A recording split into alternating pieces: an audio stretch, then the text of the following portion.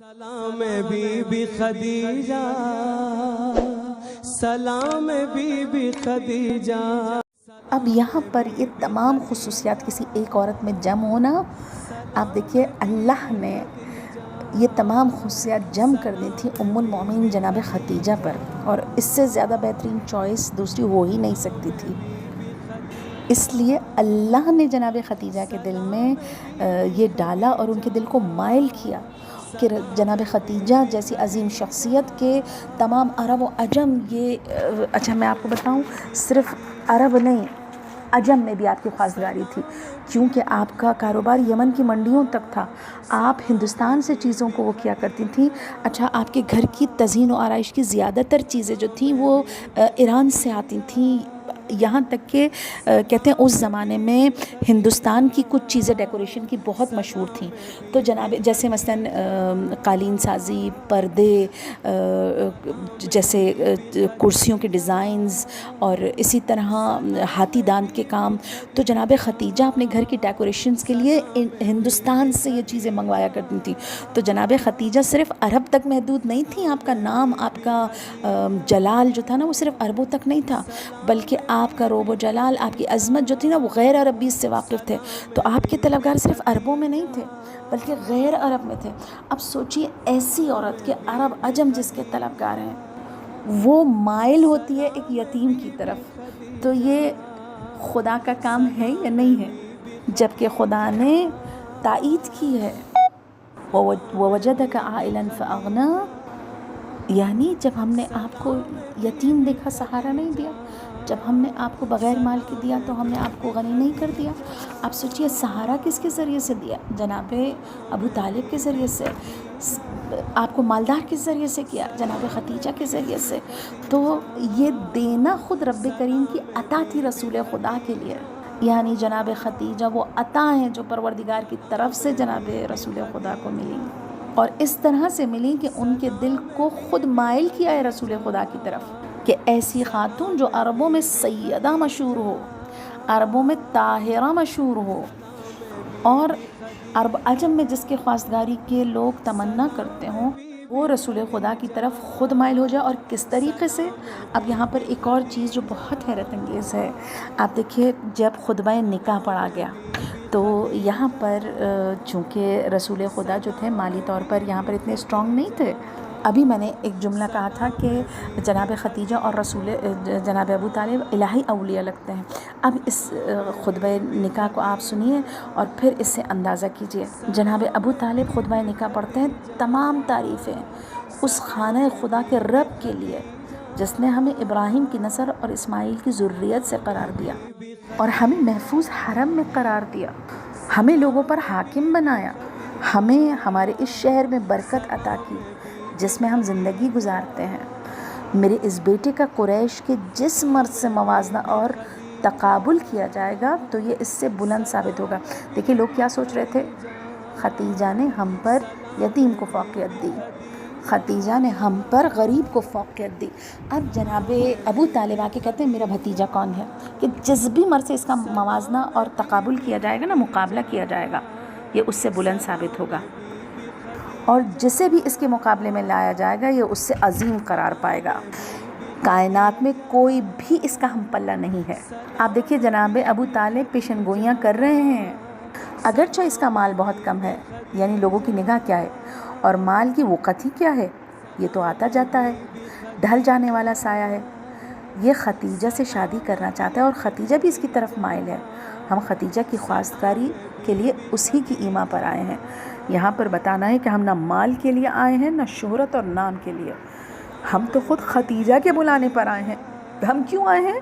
میرا بھتیجا بھی مائل ہے، خدیجہ بھی مائل ہے، یعنی ایک دوسرے کو پسند کرتے ہیں، لیکن ہمیں خدیجہ نے کل کو کوئی یہ نہ کہے کہ رسول خدا نے مال خدیجہ دیکھ کے خواستگاری کی ہے۔ یہاں پر خطبہ نکاح میں ہی آپ نے واضح کر دیا ہم نہیں آئے، ہمیں خدیجہ نے بلایا ہے۔ اور جہاں تک مہر کی بات ہے تو میں اپنے مال سے ادا کروں گا، خواہ نقد ہو یا ادھار۔ میرے بھتیجے اور رب کعبہ کی بڑی عظمت ہے۔ آپ دیکھیے یہ جملہ پڑھ کے سن کے انسان حیران ہو جاتا ہے، میرے بھتیجے اور رب کعبہ کی بڑی عظمت ہے، یعنی جیسے کعبہ محترم ہے نا میرا بھتیجا بھی بالکل کعبے کی طرح محترم ہے. بتا رہے ہیں میرا بھتیجا کون ہے؟ وارث کعبہ ہے. وارث کعبہ کیوں؟ کعبے کو تعمیر کیا تھا جناب ابراہیم اور اسماعیل نے. جناب ابراہیم نبی تھے اور اس نبی کا وارث نبی ہوتا ہے. یعنی آپ نے یہیں پر ہی پیشن گوئی کر دی تھی میرا بھتیجا کون ہے. ان کا دین مشہور اور رائے کامل ہے. آپ دیکھیے پیشن گوئی کر رہے ہیں، انسان کامل ہے رسول خدا.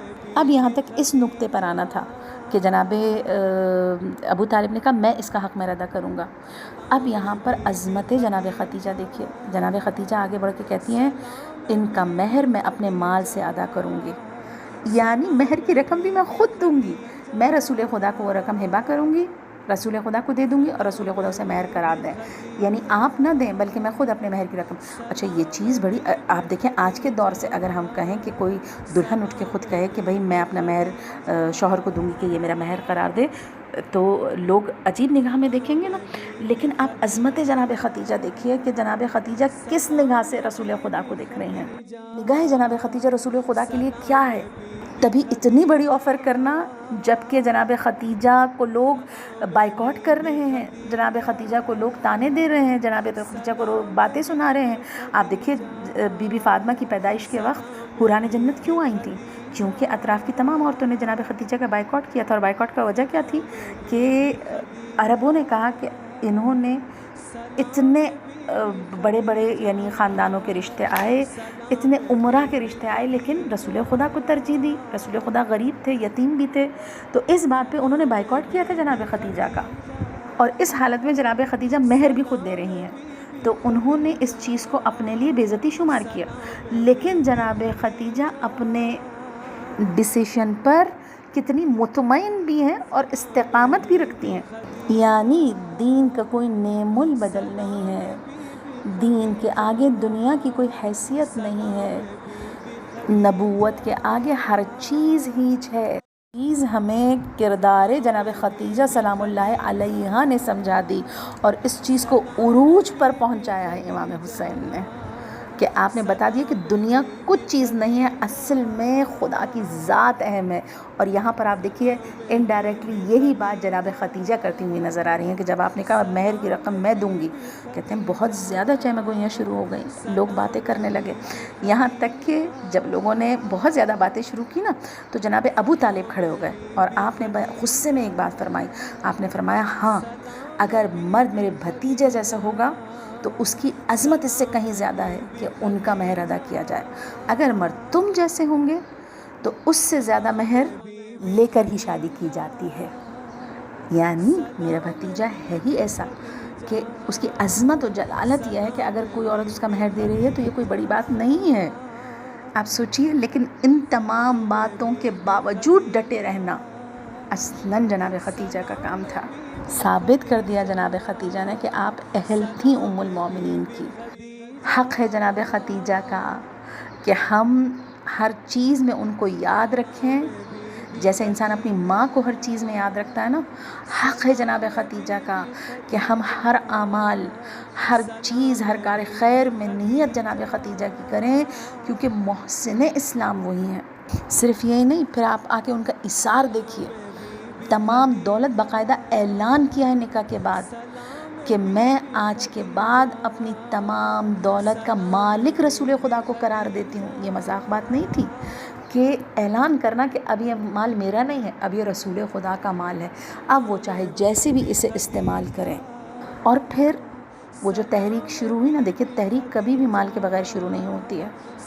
اب تحریک میں جتنا مال لگ رہا ہے نا جناب ختیجہ کا ہے، یہاں تک کہ تمام مال ختم ہو جاتا ہے شیب ابی طالب میں.